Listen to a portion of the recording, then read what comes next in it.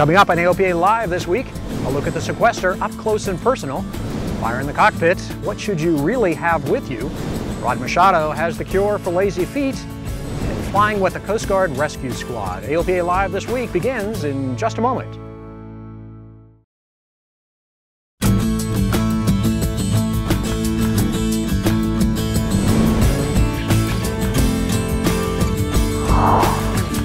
Effective Sunday, 7 April 2013, the Santa Fe Air Traffic Control Tower will close until further notice due to sequestration.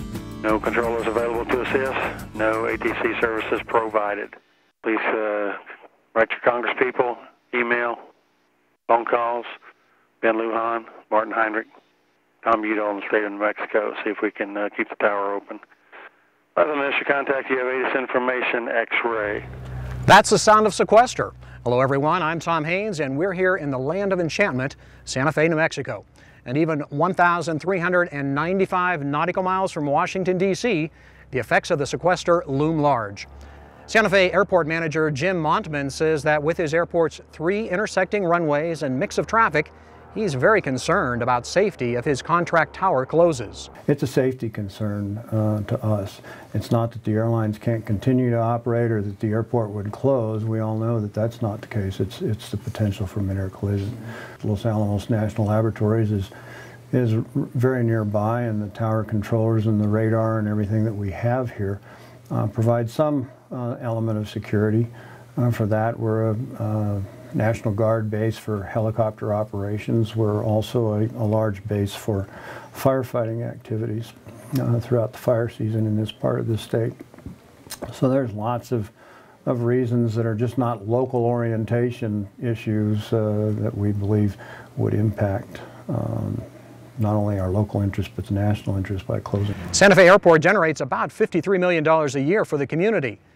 Sequestration could also impact GA pilots flying in and out of the country. Customs and Border Patrol offices at several GA airports across the southeastern part of the country are seeing cutbacks in hours, including busy spots like Fort Lauderdale Executive Airport. Last week, you heard AOPA President Craig Fuller speak out about the unacceptable impacts of sequestration on aviation. This week, that anger was formalized in a letter to FAA Administrator Michael Huerta. Fuller wrote that the cuts will have unacceptable consequences for the nation and the flying community, and he offered some cost-saving initiatives to consider instead of closing control towers, including expanding the driver's license medical to more pilots, streamlining CFI renewal, and outsourcing the work of the FAA safety team, the so-called FAST program that includes the Wings program and FAA safety seminars. The National Transportation Safety Board hopes a new set of safety alerts and videos will help prevent the common mistakes that lead to general aviation accidents. This week, the board adopted a set of 5 safety alerts for GA pilots. Risk management skills, and that's completely lacking from the picture, and so it comes down to personal judgment. And we're all struggling with how to reach the unreachable, so to speak, and how to get people to make this better personal judgment. It just breaks my heart to see father and his 3 kids. I mean, wow. So having said that, I mean, thank you for bringing it up. The only thing that I know is just to keep pounding and pounding and pounding, keep pushing at this. You can view the NTSB's safety alerts on AOPA.org. Whether you're cruising up in the flight levels or down below the clouds, there are few emergencies more terrifying than in-flight fires. Protecting your lungs from smoke in the cockpit is one thing, but we also have to see to be able to land. Jim Moore joins us for a look at one solution to that problem that has been praised by many pilots, but remains absent from most cockpits more than 20 years after it was invented.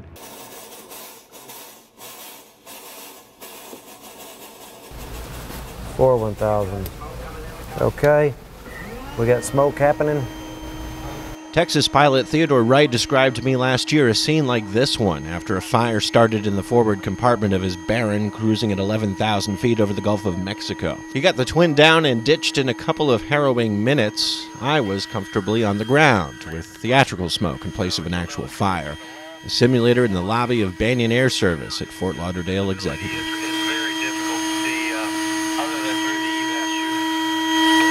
Ted Wright, or any other pilot who's experienced it, will tell you that smoke in a cockpit will really get your attention. It's a genuine emergency, and you need to act fast. Installing the emergency vision assurance system, basically a balloon in a box, has been anything but fast.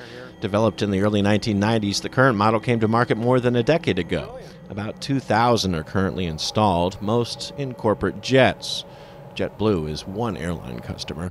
Only 3 uses have been confirmed in flight, though others have been returned for service with a coating of soot and no explanation. Airline pilots have lobbied for a smoke displacement system mandate, and the NTSB recommended such a thing in 2002. The FAA began ordering units in 2003, primarily for jets. They're about $17,000 each, so for about $35,000, you can outfit the cockpit with EVAS. Now, the installation is very simple. Simple attachment of the box in the cockpit, so it's a one-day installation. VisionSafe Vice President Jonathan Parker explained that eye-popping price tag is a product of extensive testing and certification requirements, along with costly manufacturing mandates. It takes an enormous amount of time and money to certify it. Some of our certifications can take more than 18 months. So the corporate market has been easier for us. The pilots that see it, they like it, they have access to the owners, they tell the owners about it, and they spend the money on safety. VisionSafe will custom build one for smaller aircraft, like Wright's Baron or my Warrior, for example, but the cost will be about the same until the orders come in greater numbers. About a dozen were sold last year as loose equipment. The pilot would pull it out and place it up on the glare shield. So there's a Velcro attachment on the EVAS bag, and then there's a Velcro attachment onto the glare shield. So the pilot would place the EVAS unit on top of the glare shield.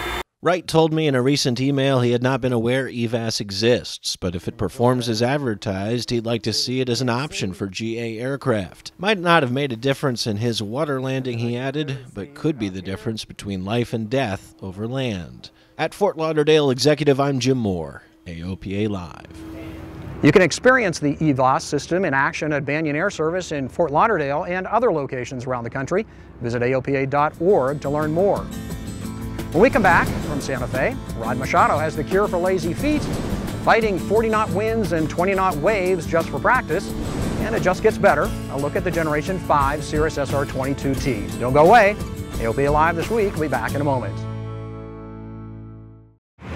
Welcome back. You're watching AOPA Live this week, coming to you from Santa Fe, New Mexico. Beechcraft Corporation is nothing if not persistent. The company has yet again protested the Air Force's contract award to rivals Embraer and Sierra Nevada Corporation for light air support aircraft to be flown by the Afghan Air Force.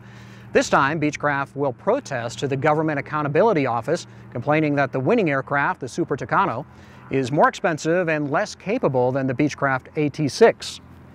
AOPA is a new strategic partner. Bank of America is joining forces in a partnership that will further boost support for general aviation while offering AOPA members generous cashback rewards. The new partnership features the AOPA Bank AmeriCard Cash Rewards credit card.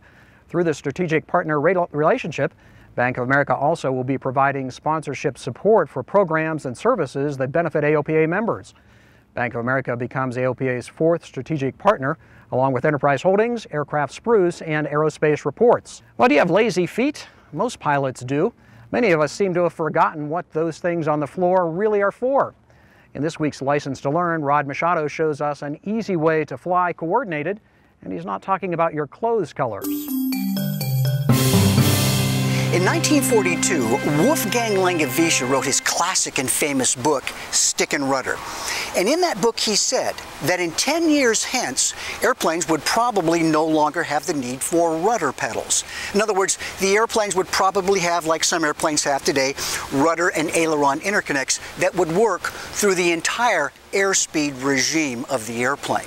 Well, it didn't quite work out that way, although the Air Coupe was a very good try, but the idea never really took off with pilots, no pun intended. Since we have rudder pedals in the airplane, it behooves us to know how to use them to make coordinated turns properly. So let me show you a way to do that that doesn't involve the use of the airplane's inclinometer. Alright folks, I have the airplane's nose pointed on the Dana Point Peninsula. Now some pilots look at the inclinometer to tell whether or not their turn, entry, or rollout is coordinated. But that's not always the best way to evaluate whether or not you're using rudder and aileron in coordination. There's actually a much better way. just look directly over the nose of the airplane. As you roll into a turn or roll out of a turn, you should add just enough rudder so that the nose doesn't appear to yaw opposite the direction you're rolling. Watch this. I'm going to roll to the left and right using ailerons only and no rudder. As I do, observe how the nose yaws opposite the direction I want to roll. As I roll to the left, the nose yaws to the right. As I roll to the right, the nose yaws to the left. This effect is the result of something known as adverse yaw, and it produces a very sloppy turn unless you use your rudder pedals. Now I'm going to use rudder and aileron in coordination. I'm going to add just enough rudder so that the nose appears to pivot about the longitudinal axis as I roll in. And that tells me that I'm using the correct amount of rudder to compensate for the adverse yaw caused by the lowered aileron on the rising wing. So I'm going to turn to the right here. I'm applying right aileron and enough right rudder so that the airplane appears to pivot about the longitudinal axis, at least until it begins turning. Now I'll come back around to the left and watch for the pivot again as I change direction. As I roll out on Dana Point, I'll use just enough rudder so that the nose doesn't yaw opposite the direction of roll. Now I'll roll to the left using enough rudder so that, once again, the nose doesn't yaw opposite the direction of roll. Now watch what happens when I use too much rudder to enter a turn to the left. You just saw the nose yaw in the direction of turn before the bank is established.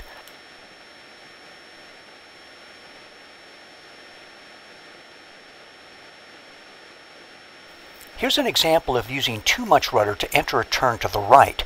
The nose clearly yaws to the right instead of remaining relatively stationary until the airplane begins turning.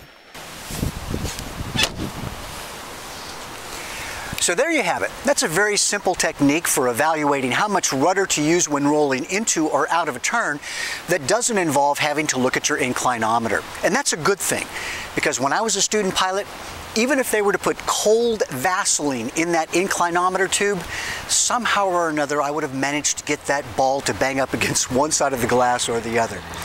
Hey, thanks for flying with me. I'm Rod Machado for AOPA Live. And you can get more great tips from Rod by visiting his website, www.rodmachado.com. Now imagine this, 40-knot winds kicking up giant coastal waves and blinding spray. The Columbia River pouring into the Pacific Ocean, causing a sandbar that has sunk 400 large ships in the last 200 years. Frigid temperatures chilling you to the bone. It may sound miserable to you and me, but the coastal area around Astoria, Oregon is the perfect place for the Coast Guard to practice emergency rescues.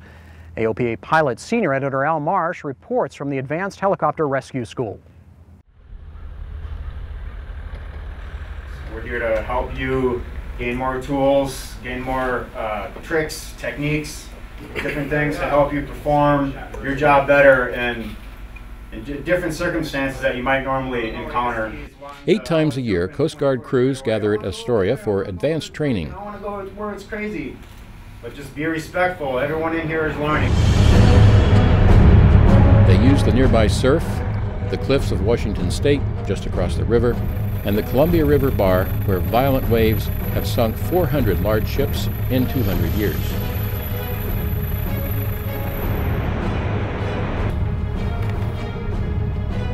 Yes, affirmative. Leading the training is Eric Bean. A rescue swimmer by trade, he rode a hoist for 5 days after Hurricane Katrina to lift victims to safety. Now it's time to show others how to do it. We have 2 helicopters. We have a MH-60 Jayhawk, and we have a MH-65 Dolphin. And the Dolphin is a short-range helicopter, and the Jayhawk is a medium-range helicopter. And they're both equipped with hoists, and they're 2 pilots. They're dual-pilot aircraft, and they have a flight mechanic who's the hoist operator. And the hoist operator is able to lower the swimmer down or deploy the swimmer out of the helicopter and recover the swimmer after the rescue is complete.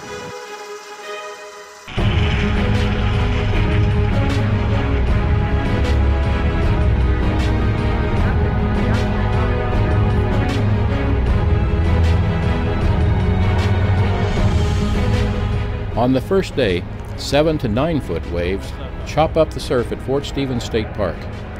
Helicopters lift the swimmer and his victim to calmer water so a rescue harness can be attached.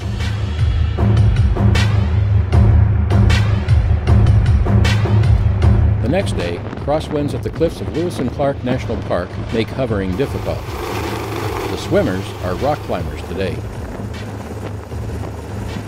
Showers begin, but they continue. Conditions were worse on the final day.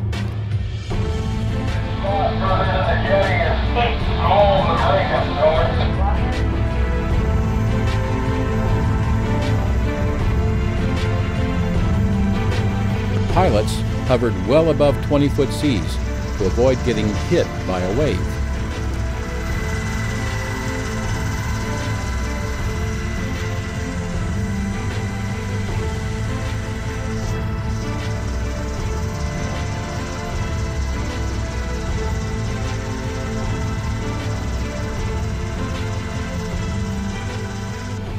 Pilots, hoist operators, and swimmers will return to their units to pass along their training. The next time it happens, it'll be for real.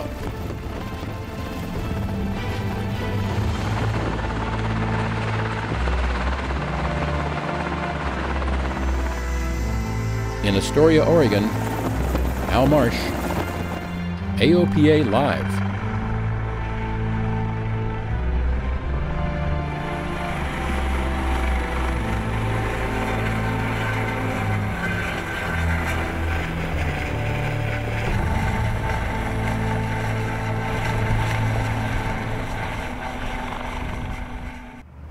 There's a new boss at Cirrus Aircraft. The company promoted Pat Waddick to the roles of Chief Operating Officer and President. Waddick has been with the company since its founding, starting as an engineer. Cirrus co-founder Dale Klapmeyer, who was president, will retain his position as CEO. After a rocky period, Cirrus is once again experiencing sales growth and production stability. And one reason for that is the new generation of SR aircraft, the 5th generation to be exact. We're in Santa Fe because we've had the opportunity to sample the improvements to the SR-22T firsthand in a cross-country flight from Frederick to our final destination in Salt Lake City. Here's what we found.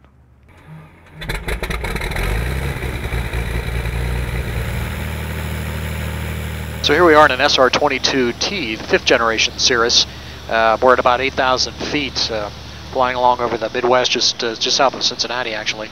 And got a true airspeed of 177 knots. We're really getting battered by the winds today, about almost 35 knots, just about right on the nose, which is the reason we're staying low in our turbocharged airplane today.